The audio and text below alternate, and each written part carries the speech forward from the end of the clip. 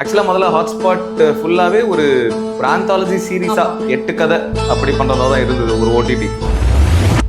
ஆரம்பிக்கலாமா? பார்ட் 1 நல்லா போகும்போது பார்ட் 2 பண்ணுற ஐடியாலாம் இல்லை. படம் நல்லா உங்களுடைய செருப்பு கொண்டது. ஏன்னா படத்தோட 2 உடைய ப்ரொமோஷனே அந்த டைம் ஆமா இல்லை, ஏன்னா பார்ட் 1 இப்போ அதே ஹாட்ஸ்பாட் 1 ஏஜிஎஸ் மாதிரி ஒரு ப்ரொடக்ஷன் ப்ரொடியூஸ் பண்ணி ரிலீஸ் பண்ணியிருந்தாங்கன்னா அதோட ரீச்சே வேறு. அது ரீச் இருக்குன்ற ஒரு ஃபீல்லாம் நான் சொல்லலை. அந்த டைம்ல உண்மையாவே என்னோட குமுறலின் வெளிப்பாடு தான் அது. எனக்கு உங்களுடைய முதல் கனவே ஷார்ட் ஃபிலிம்.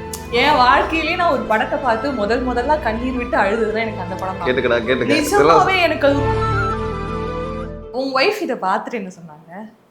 அதான் இப்போ நானும் என் ஒய்ஃபும் இப்போ இவருடைய படத்துல தான் ஒர்க் பண்ண போறேன் அப்படிங்கிற மாதிரி உங்க வீட்டுல போய் சொன்னீங்களா? அவங்களுடைய ரியாக்ஷன் என்னவா இருந்துச்சு? யாரு கூட வேணா பழக, விக்னேஷ் கூட. ஓகே, கல்யாணம் ஆயிடுச்சுங்களா உங்களுக்கு? பாத்துக்கு லவ் பண்ணிருக்காரு. காலங்காத்தால உனக்கு குறவழி வரைக்கும் சோத்த போட்டு வண்டியில ஏத்திட்டு வந்ததுக்கு உன்னால என்ன பண்ண முடியுமா அதை பண்ணிட்டேன். அவரோட சீக்கிரட்ட போட்டு உடைச்சிட்டீங்க. ஏதோ என்னால முடிஞ்சது. அவன் தான் சொன்னான், நீங்க தான் என் வீட்டுல பேசி ஹெல்ப் பண்ணணும். ஆமா, ஓகே, எங்க எடிட்டர் ஒரு புனிதமான செயல் செய்வார். இந்த மாதிரி விஷயத்தெல்லாம் கட்டே பண்ண மாட்டாரு.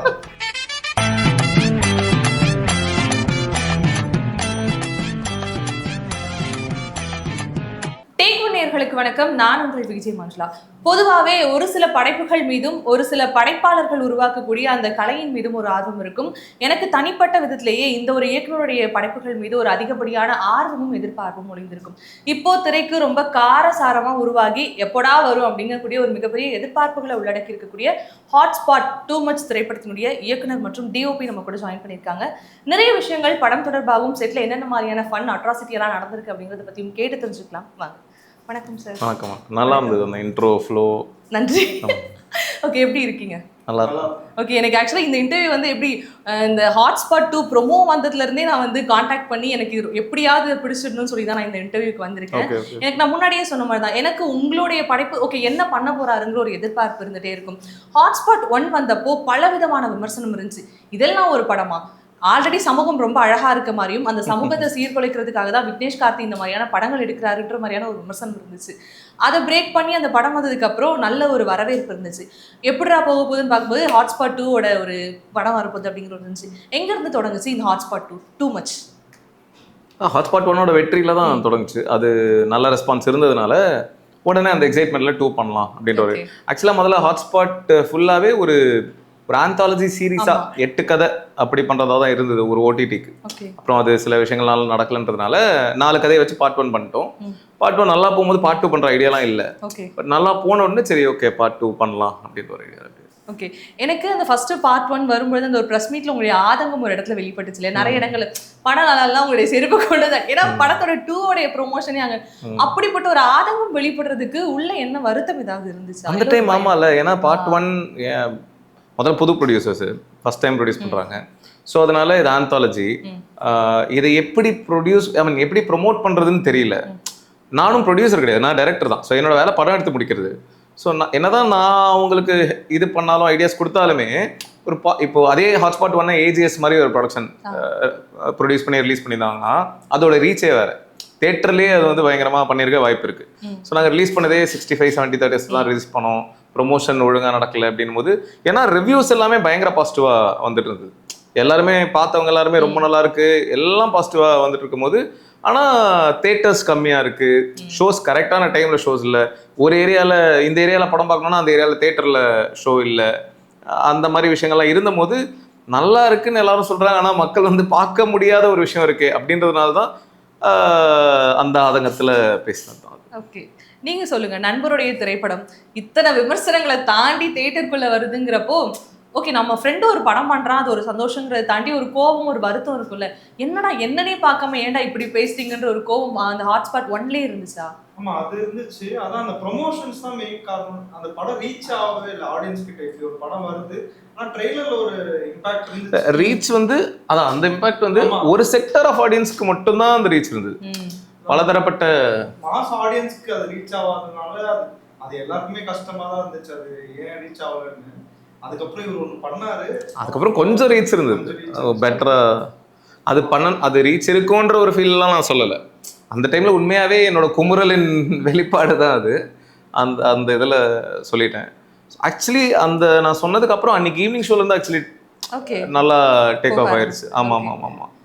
ஜென்ரலாகவே உங்களுடைய அந்த ஓப்பனிங் நல்லா இருக்கும் சார். ஒரு ஃபினிஷிங் சரியில்லைன்றீங்க? அப்படி கிடையாது. ஓப்பனிங் எப்படி சொல்றது, இப்போ முன்னாடி எல்லாம் ஒரு பழக்கம் இருந்து சரிமா, உள்ள ஒண்ணுமே இருக்காது, ஆனா தம்ப்நெயில்ல ஏதாவது ஒண்ணு வச்சு உள்ள கொண்டு வரது மாதிரி இருக்கும். அந்த மாதிரி இவரோட விஷயங்கள் என்னன்னா, ஓப்பனிங் வந்து எதை சொன்னா மக்கள் பார்க்க வருவாங்களோ அதை வச்சு நல்ல கருத்தை கூட இப்படி காமிச்சாதான் பார்க்க முடியுன்ற ஒரு யதார்த்தம் ஒண்ணு இருக்குல்ல, அது வெளிப்படையா காமிச்ச மாதிரி இருந்திருக்கும். இதுவும் நினைக்கிறேன் ஷேம்ஃபுல் நினைக்கிறேன் உங்களுடைய. நான் வந்து உங்களுடைய ஷார்ட் ஃபிலிம் டேஸ்ல இருந்தே பார்த்துட்டு இருக்கேன். அதுல வந்து ஒரு கெட்ட வார்த்தை, யாரா இந்த டைரக்டர் அப்படின்னு திட்டினோடனே இவரோட பேர் எல்லாமே வரும். நானுமே அந்த ஷார்ட் ஃபிலிம் நான் அந்த ஷார்ட் ஃபிலிமோட டீசரோ ட்ரெய்லர் அதை பார்த்து அந்த வல்கரான ஒரு ஷார்ட் ஃபிலிம் சொல்லிட்டு நான் பார்க்கவே இல்லை. நீங்களும் திட்டிங்களா? கெட்ட வார்த்தையில அவாய்ட் பண்ணிட்டேன் கம்ப்ளீட்டா. நான் அப்புறம் இவரோட திட்டமிடல வந்து அசிஸ்டன்ட் கேமராமேனா ஒர்க் பண்ணேன். அப்போ இவர்கிட்ட பேசும்போது அவர் சொன்னார், நீ அதை பார்த்துட்டு நீ டிசைட் பண்ணு. அப்போ வரைக்குமே நீ அதை பார்க்கல? அப்போ அது வைரலா போச்சு. நான் அவாய்ட் பண்ணிட்டேன். சரி, இப்போ ஒரு நல்லவரா காமிச்சுக்கிறான்னு நினைக்கிறேன். இந்த மாதிரி படத்தெல்லாம் யார் பாப்பா? எந்த தவறும் பண்ண மாட்டாரு. அது பாக்குறது வேற. சார் புரியல சார் எனக்கு. இந்த மாதிரி சொல்றேன், இது ஒரு மாதிரி டிஸ்கஸ்டிங்கா இருக்கும், அதனால நான் அவாய்ட் பண்ணேன். ஆனா அது பார்த்ததுக்கு அப்புறம் இது நம்ம தப்பா ஜட்ஜ் பண்ணிட்டோமே அப்படின்னு சொல்லி அப்படின்னா ஆக்சுவலி நேர்ல வந்து பார்த்து காலில் விழுந்து மன்னிப்பு கேட்டான். அது உண்மையாவே இந்த மாதிரி படம். ஓகே, எனக்கு உங்களுடைய முதல் கனவே ஷார்ட் ஃபிலிம். என் வாழ்க்கையிலேயே நான் ஒரு படத்தை பார்த்து முதல்ல கண்ணீர் விட்டு அழுதுதுன்னா எனக்கு அந்த படம் தான். நிஜமாவே எனக்கு அது ரொம்ப எனக்கு எப்படி சொல்றது, ஃபீல் குட்டான மூவி வந்து அப்பப்போ எடுத்து பார்ப்பாங்க. எனக்கு லோவானாலும் ரொம்ப சந்தோஷமானாலும் நான் அப்பப்போ ரீவாட்ச் பண்ற மூவி தான் முதல் கனவே. நிஜமாவே பாருங்க, ரொம்ப ஹிட். நான் ஸ்கூல் டைம்ல தான் அது வந்துச்சா, ஒரு 10 years பிஃபோர் வந்துச்சு இல்லையா. எனக்கு அந்த கோவிட் டைம்ல தான் எனக்கு பார்க்கறதுக்கான ஒரு சான்ஸ் கிடைச்சு. நானே பல முறை பார்த்துருப்பேன். அந்த மாதிரி நிறைய பேருக்கு அனுப்ப ஆரம்பிச்சேன் பாருங்கன்ற மாதிரி எல்லாம். ரொம்ப அந்த மாதிரியான ஒரு பர்சனல் தீவிரமான ஒரு ஃபேன் நான் உங்களுடைய டைரக்ஷன் மீது. எனக்கு என்னன்னா ஹாட்ஸ்பாட் 1 பார்த்ததுக்கு அப்புறம் ஒரு நம்ம கூட இருக்க ஃப்ரெண்டை, மேல் ஃப்ரெண்டை வந்து சொல்ல, ஒரு நாள் கும்பலையா இருந்து பாடுறா, உனக்கு அந்த கஷ்டம் தெரியும். எடுத்த உடனே அந்த ஒன்று வச்சு எங்க இருந்து பிடிச்சிங்க அந்த ஒன்லைன்? அது அப்போ எனக்கு கல்யாணம் ஆகிற அப்போ இருந்துதான் ஞாபகம் இல்லை. அப்போ நான் என்ன இதில் இருந்தால் ஞாபகம் இல்லை. பட் ஆனால் அதை திங்க் பண்ணும்போது தான் நாம் இருக்கோம். இப்போ நாம் வந்து கல்யாணம் பண்ணிட்டு வேற ஒருத்தங்க வீட்டுக்கு ஒய்ஃப் வீட்டில் நான் போய் இதுக்கப்புறம் அங்கே தான் இருக்க போகிறேன் அப்படின்னா, இத்தனை வருஷம் நம்ம ஒன்றும் இல்லை, ஒரு வீட்டில் வாடகைக்கு இருக்கோன்னு வைங்களேன், ஒரு 7-8 வருஷம் அந்த வீட்டில் வாடகைக்கு இருந்துட்டோம்னா, அந்த வீட்டை காலி பண்ணிட்டு வேற வீட்டுக்கு போகும்போதே நமக்கு பயங்கர எமோஷனலாக இருக்கும். சரி, இந்த வீட்டை விட்டு போகிறோமே, இத்தனை வருஷம் நம்ம இந்த வீட்டில் இருந்திருக்கோமே, அதுவே ஒரு எமோஷனல் கனெக்ட். பேசி பாருங்க, சின்ன வயசுலேருந்து பிறந்து வளர்ந்து ஒரு வீட்டிலேருந்து அப்பா அம்மா கூட அவங்க கூடயே அவங்க வாழ்க்கை அந்த 25-27 வயசு வாட்டவர் அவ்வளோ வருஷம் அங்கே தான் இருந்திருக்கு அப்படின்னும் போது, அதை விட்டுட்டு இப்போ டோட்டலாக வேற ஒரு இவங்க இதுக்கப்புறம் கிடையாதுன்னா புது, ஆமா, அப்பப்பதான் மீட் பண்ண முடியும், அவங்க கூட தான் இன்னும் வேற ஒருத்தங்க தான் இதுக்கப்புறம் நம்ம கூட இருக்க போறாங்க அப்படின் போது ஒரு ஃபேமிலியவே நம்ம இது பண்ணிட்டு போறோம்ன்றது ரொம்ப ஒரு இதுவான விஷயம் இல்லை. அது எனக்கு நடந்தா எப்படி இருக்கும் அப்படின்னு யோசிச்சு பார்க்கும்போது எனக்கு அது கம்ஃபர்ட். ஏன்னா இப்போ ஒரு வீட்டில் நம்ம போய் இருக்கோம், வேற ஒரு வீட்டில் இருக்கோம் அப்படின்னா நமக்கு நம்ம வீட்டில் இருக்கிற சுதந்திரமோ கம்ஃபர்ட்டோ கண்டிப்பா இருக்காதுல்ல. அப்போ ஏன் பொண்ணுங்களுக்கு மட்டும் இது நடக்குது, இது யாருமே இன்னும் பெருசா கேள்வியே கேட்கலையே, ஃபெமினிசம் பேசுற பொண்ணுங்க கூட இதை இன்னும் கேள்வி கேட்கலையே அப்படின்ற ஒரு விஷயம் இருந்தது. ஸோ அதனால அதை கேட்கணும்னு. உங்க ஒய்ஃப் இதை பார்த்துட்டு என்ன சொன்னாங்க? அதான் இப்போ நானும் என் ஒய்ஃபும் இப்போ என் வீட்டில் தான் இருக்காங்க. ஏன்னா அவங்க வீடு ரொம்ப அந்த பக்கம் இருக்கு. ஆனால் இப்போ இந்த இயர் போல வீடு கட்ட போகிறோம். ஸோ அந்த வீட்டில் அவங்க அப்பா அம்மா நாங்கள் எல்லாம் சேர்ந்து ஒரே வீட்டில் மேலே கீழே அந்த மாதிரி இருக்கிறது தான் பிளான். ஸோ அதான் அவங்களுக்கு நானும் அவங்களும் ஒரு வெரி சிமிலர். என்னோட ஐடியாலஜி அவங்க ஐடியாலஜி ரெண்டும் ரொம்ப சிமிலர்ன்றதுனால she was very happy. எனக்கு இந்த ஹாட்ஸ்பாட் 2 மச் உடைய ட்ரெய்லர் பார்த்துல வந்து பிரியா பவானி சங்கர் வந்து ஒரு இடத்துல சொல்லியிருப்பாங்க, ஒரு படம் ஏன் விடயம் மட்டும் சொல்லணும், ஒரு நல்ல கேள்விகளை உருவாக்குறது ஒரு படத்தினுடைய வெற்றி தானே அப்படிங்கிற மாதிரி சொல்லியிருந்தாங்க. அதை அந்த ட்ரெய்லர் முழுசா பார்த்து முடிச்ச உடனே பல கேள்விகள் இருந்துச்சு. என்ன கேள்விகளோட ஆடியன்ஸ் உள்ள வர முடியும் இந்த படத்தை 2 மச்சுக்கு கேட்குறேன், இந்த படத்துக்கு இதெல்லாம் இருக்கும் இந்த படத்துக்குள்ள நீங்க வந்தீங்கன்னா? ஏன்னா ஒரு எதிர்பார்ப்பு எங்களுக்கு ஒன்று கொடுத்துச்சு இல்லையா, அதே மாதிரி இது கொடுக்க போகுதா? அது நீங்க தான் சொல்லணும். ஆனா நான் என்ன சொல்லுவேன்னா, ஃபர்ஸ்ட் ஹாஃப் வந்து உங்களுக்கு நிறைய பேருக்கு சில கேள்விகளை எழுப்பி அவங்களுக்கு ஒரு புரிதலை கிரியேட் பண்ணி ஒரு சில விஷயங்களை பேசும். ஸோ அதில் ஓரளவு ஃபன் இருக்கும். செகண்ட் ஹாஃப் இன்னும் ஃபன்னாகவே நிறைய இருக்கும், பயங்கர ஜாலியாக இருக்கும். அகைன் ஒரு சில விஷயங்களை ஹியூமரஸாக ஜாலியாக சொல்லியிருக்கும், ஒரு சில கருத்துக்களை ஹியூமரஸாக ஜாலியாக சொல்லியிருக்கும். கடைசி கதை பயங்கர ஃபன்னாக இருக்கும். ஓகே, வெயிட் பண்ணிட்டு இருக்கோம் என்ன இருக்குது தெரியுமா. ஓகே, உங்ககிட்ட வர நீங்க வந்து யோஷம் ஃபீல் பார்த்துட்டே வந்து ஐயோ இந்த படத்தை பார்க்கணுமா அப்படிங்கிற மாதிரி ஒன்று யோசிச்சுன்னு சொன்னீங்க இல்லையா?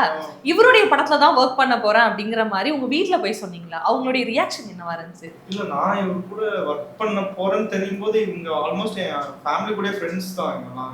ஓகே, அதனால அது பெரிய இஷ்யூ இல்லை. எனக்கு ஒரு பிரதர் மாதிரி தான் எங்க வீட்டுல எல்லாரும். அவங்களும் நல்லா ஃப்ரெண்ட்லியா தான் இருப்பாங்க. அதனால அது ஒன்றும் பெரிய பிரச்சனையெல்லாம் இல்லை. அந்த டைம்ல மட்டும்தான் திட்டமிரண்டுல அசிஸ்டன்ட் கேமராமேன் அடியே ஒர்க் பண்ணல, ஹாட்ஸ்பாட்லயும் ஒர்க் பண்ணியிருக்கான் அசிஸ்டன்ட் கேமராமேன்.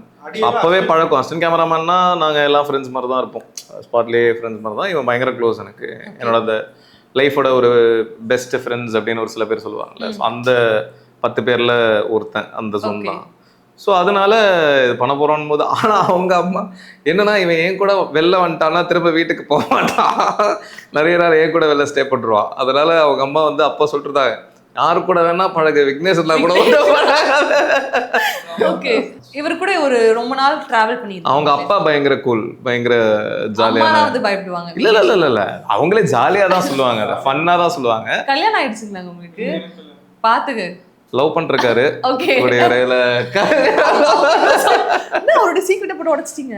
ஏதோ என்னால முடிஞ்சது. அவன் தான் சொன்னான், அண்ணா நீங்க தான் என் வீட்டுல பேசி ஹெல்ப் பண்ணணும். ஆமா, ஓகே, எங்க எடிட்டர் ஒரு புனிதமான செயல் செய்வார். இந்த மாதிரி விஷயத்தெல்லாம் கட்டே பண்ண மாட்டாரு.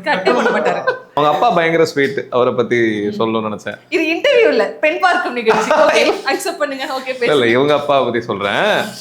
இவன் எனக்கு எப்படி ஃப்ரெண்ட், அவங்க அப்பா ஏஜ் அதிகம், அதெல்லாம் ஃப்ரெண்டுன்னு சொல்ல முடியாது.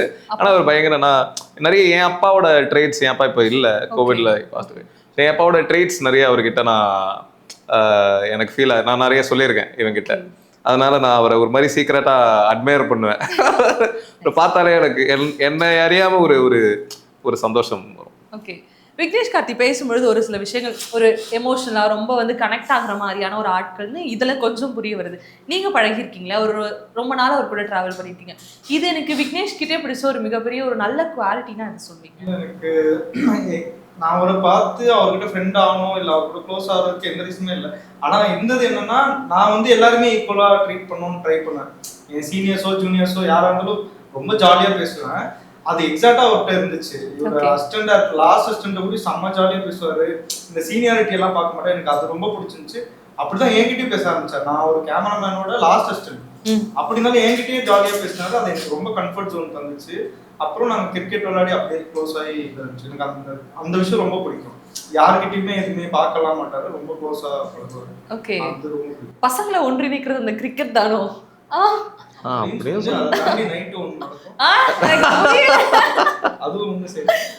ஓகே, ஒரு அசிஸ்டன்ட் டிஓபியா இருந்த ஒருத்தரை வந்து டிஓபியா நம்ம கூட்டிட்டு வரலாங்கிறது எந்த ஒரு இடத்துல உங்களுக்கு ஃபிக்ஸ் ஆச்சு இவரை பார்க்கும்போது? இல்ல முதல்ல இவனை டிஓபியா போட போறோம் அப்படின்ற ஒரு கிளாரிட்டிலாம் இல்லை. ஆனால் இவன் அதுக்கப்புறம் அங்கேருந்து வெளியே அசிஸ்டன்ட் டிஓபியான் அதுக்கப்புறம் வெளியே வந்துட்டானா இல்லை வெளியே தள்ளப்பட்டானான்றது தெரியல. பட் ஒரு சில விஷயங்கள் இருந்தபோது சரி இப்போ ஹாட்ஸ்பாட் 2 பண்ண போறோம் அப்படின் போது, இப்போ இதுவே ஒரு ஃபுல் ஃபீச்சர் ஃபிலிமா இருந்ததுன்னு வைங்களேன், அப்போ நான் ஃபர்ஸ்ட் இவனை ஒரு டிஓபியா போடுறதுக்கு எனக்கு ஒரு பயம் இருந்திருக்கும். ஏன்னா முதல் படம் பண்ணும்போது எப்படி பண்ணுவான் அப்படின்றது நமக்கு தெரியாதுல்ல. ஸோ ஆனால் ஹாட்ஸ்பாட்னும் போது அது 4 கதைகள் 3 கதைகள் அப்படின்னும் போது ஒரு கதை நம்ம கொடுத்து பார்ப்போம், நல்லா பண்ணா அதுக்கப்புறம் அப்படின்ற ஒரு அட்வான்டேஜ் நமக்கு இருக்கு அதுல. ஸோ அதனால சரி ஓகே 2 டிஓபின்றதுனால 2 கதை ஒரு டிஓபியும் 2 கதை இவன் 2 கதை தான் பண்ணிடலாம். ஸோ 2 கதை இவனும் பண்ணலாம் அப்படின்ற ஒரு ஜோன் இருந்தது. அதுக்கு முன்னாடி ஆக்சுவலி ப்ரோமோ ஷூட் பண்ணோம். விஷ்ணு விஷாலும் நானும் அந்த ஹாட்ஸ்பாட் 2ஓட ப்ரோமோ, அந்த ப்ரோமோ இவன் தான் ஷூட் பண்ணோம். ஸோ அந்த ப்ரோமோ ஷூட் பண்ணும்போதே எனக்கு பிடிச்சிருச்சு. ஓகே ஒர்க்கா, ஷார்ட் டிவிஷன்ஸ் டிஸ்கஸ் பண்ணுறது எல்லாமே, அவன் ஷார்ட் டிவிஷன் சென்ஸ் சூப்பராக இருக்கும். எனக்கு அது இது வரைக்கும் நான் ஒர்க் பண்ண டிஓபிலேயே எனக்கு இவங்கிட்ட தான் அது சூப்பராக இருந்திருக்கு. ஸோ அதனால ஓகே எனக்கு அப்போவே கான்ஃபிடன்ஸ் வந்துடுச்சு தப்பாக இருக்காதுன்ட்டு. ஸோ ஹாட்ஸ்பாட் 2 பண்ணும்போது இன்னும் சூப்பராக ஒர்க் இருந்தது. ஆமாம், ஸோ இப்போ அடுத்து நான் பண்ண போட ஒரு ஃபுல் ஃபீச்சர் இவன் தான் கேமரா பண்ண போகிறான். ஸோ வாழ்த்துக்கள்ங்க, அவர் வாயிலன்னு சொல்லிட்டாரு. ஓகே, இவர் இப்படி இருக்கார்ல, செட்ல எப்படி இருப்பாரு? ஐயோ, அவர் மூச்சு பாருங்களேன். உண்மையாவே நம்ம ஒன்று சொல்லியிருப்போம், 2 minutes புலம்புங்க, உங்களுக்கான நேரம் புலம்புங்க. நான் கேட்குறேன், ரெடியா ரெடியா ரெடியா. இந்த ஈ வந்து காதுக்கு அந்த மாதிரி மைக் கொடுத்துட்டோம்னு ரெடியா நானே மைக் எல்லாம் ஆஃப் பண்ண சொல்லிட்டேன். நான் ரெடியான்னு கேட்டுட்டே இருப்பாங்க. ஆனா அது ஒரு ஃப்ரெண்ட் ஜோன்ல தான் பண்றாரு. நானே இரிட்டேட் பண்ணுவேன். மத்தவங்கிட்ட அதை பண்றாரான்னு தெரியல. ஆனா என்ன நானே வெறுப்பேற்றிருக்கேன். தனித்தனியா கேட்கலாம்னு நினைக்கிறேன். நல்லா இருக்கு இந்த கண்டென்ட். ஈ மாதிரி ரெடியா கேட்டுட்டே இருப்பாங்க. இல்லங்க நமக்கு டைம் கன்ஸ்ட்ரெயின்ட் இருக்குல்ல, இந்த டைம்க்குள்ள டைம் எல்லாம் இல்லைங்க. அதே இரிட்டேட் பண்ணி இப்போ நீங்க ஷூட் ஆரம்ப முன்னாடி பாத்தீங்கன்னா மைக் அதுக்கே அந்த மாதிரி இல்ல நீங்களும் சும்மா இல்லல்ல. என் கேமராமேன் குழம்ப ஆரம்பிச்சு சரின்னு எக்கோ அடிக்குது. நம்ம ஒரு பண்ணா பண்ணா அது இரிட்டேட் பண்ணிட்டே இருப்பாரு. ரெடியா அது மட்டும் தான், வேற எதுவும் இல்ல. ஒண்ணுக்கு ஒண்ணு சலசத்துல நினைக்கிறேன். ஓகே, படத்துடைய ட்ரெய்லர்லயே வந்து நிறைய விதமான விஷயங்கள் பார்க்கணும். ஒரு என்ன டைம் டிராவல் பண்ணி போக போறாங்களா, என்ன நடக்க போகுது அப்படிங்கிற மாதிரி இருந்துச்சு. தன்னைத்தானே கலாய்ச்சிக்கிறதுக்குல அஸ்வினா அவங்கள கலாய்ச்சி. ஏன்னா அவர் வந்து ஏதோ எல்லாருக்கும் ஒரு இடத்துல எல்லா இடத்துலயும் பார்த்து பேசணுங்கிறது கிடையாது. ஏதோ ஒரு இடத்துல அவருக்கு தப்பாச்சு, தப்பானதான் அவருடைய கெரியர் மிகப்பெரிய ஒரு சர்க்கிளாவே இருந்துச்சு.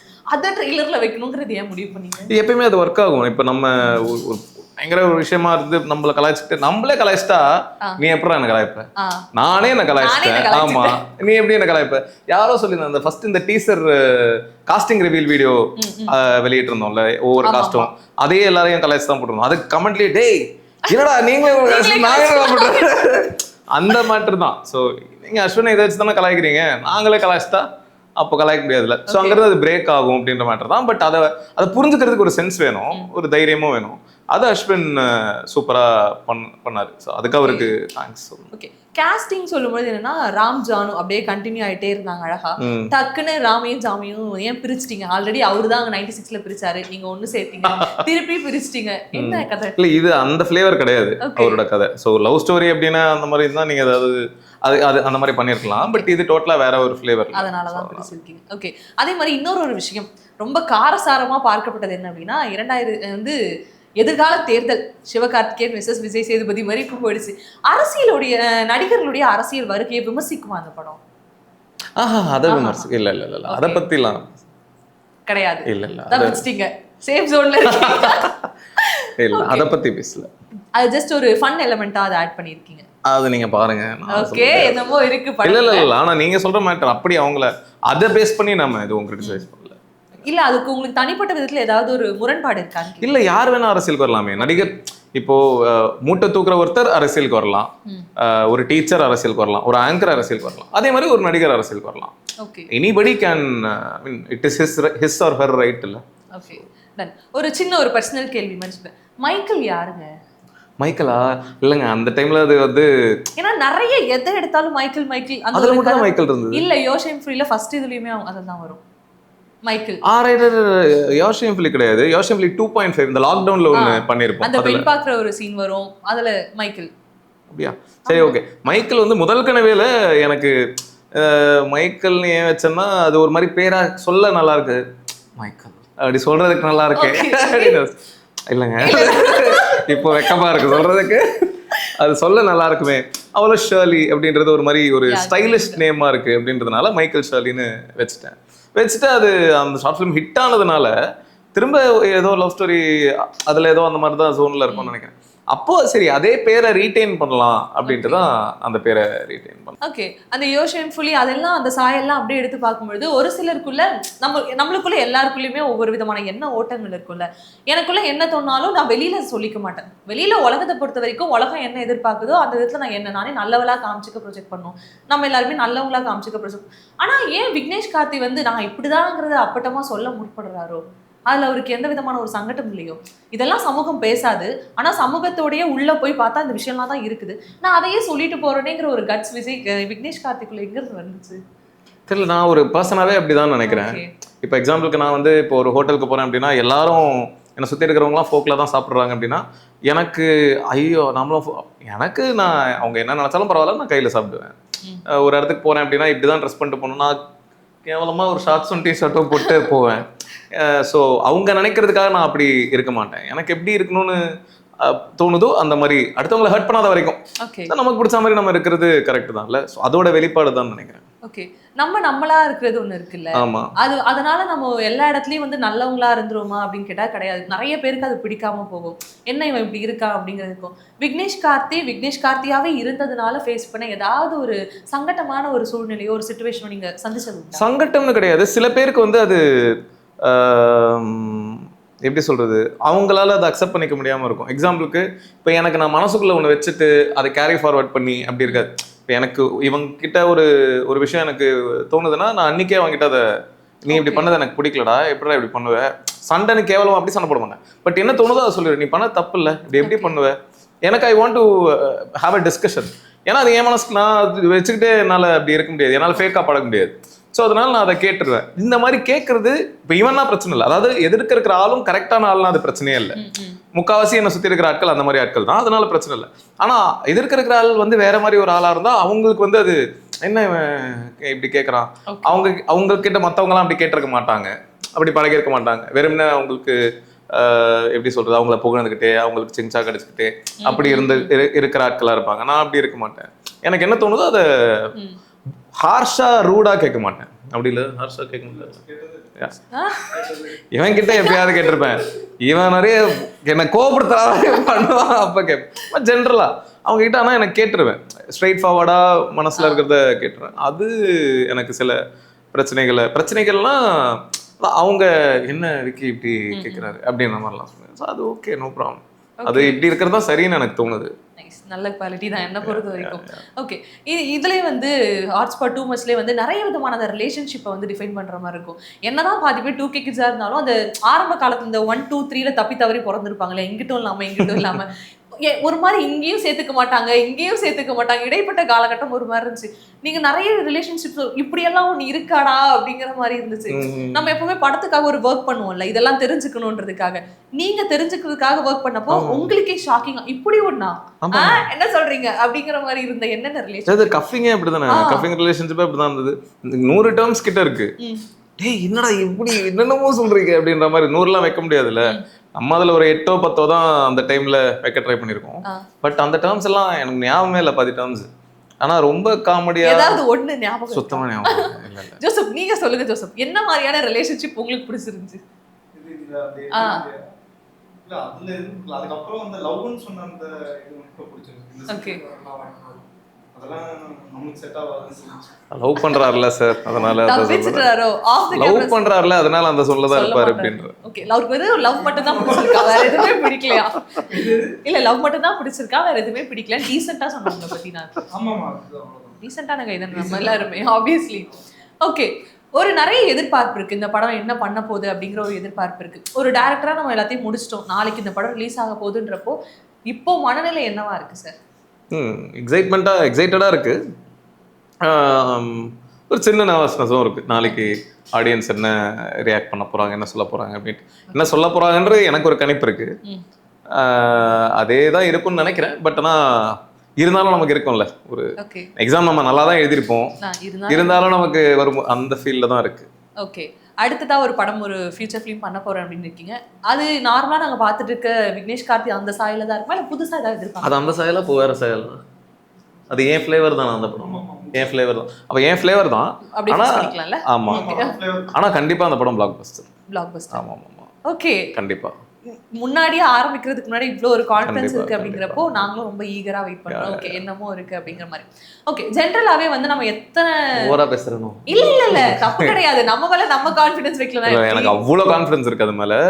அதான் என்னோட பெஸ்ட் ஃபிலிமா இருக்கும் இது வரைக்கும் நான் பண்ணதுலேயே. பெஸ்ட் ஃபிலிமா இருக்கும், கரியர் சேஞ்சிங், இன்னொரு ஜோனுக்கு கொண்டு போற ஒரு படமாவும் இருக்கும்னு முழுமையா நம்புறேன். ஒரு பொதுவாகவே வந்து ஒரு நெகட்டிவ் பாசிட்டிவ் எல்லாருக்கும் வந்து நெகட்டிவே இருக்கும், பாசிட்டிவே இருக்கும் அப்படின்னு சொல்லணும். அந்த மாதிரி தான் ஒரு மிக்ஸ்ட் ஆஃப் ரிவ்யூ தான் வந்து உங்களுடைய படைப்புகள் எல்லாத்துக்குமே வந்துட்டு இருக்கு. முன்னாடியே நான் எப்போவுமே ஒரு விஷயம் நான் நம்ப என்ன அப்படின்னா, ஒரு கலைஞன் எத்தனை படைப்புகளை படைச்சாலுமே ஒவ்வொரு படைப்புமே அவனுக்கு ஒவ்வொரு ஸ்பெஷல் தான். இது 2வது குழந்தை தானே, அம்மா சும்மா இருக்க மாட்டாங்கல்ல, அதுக்கான ஒரு அரவணைப்பும் அன்பும் தானே இருப்பாங்க.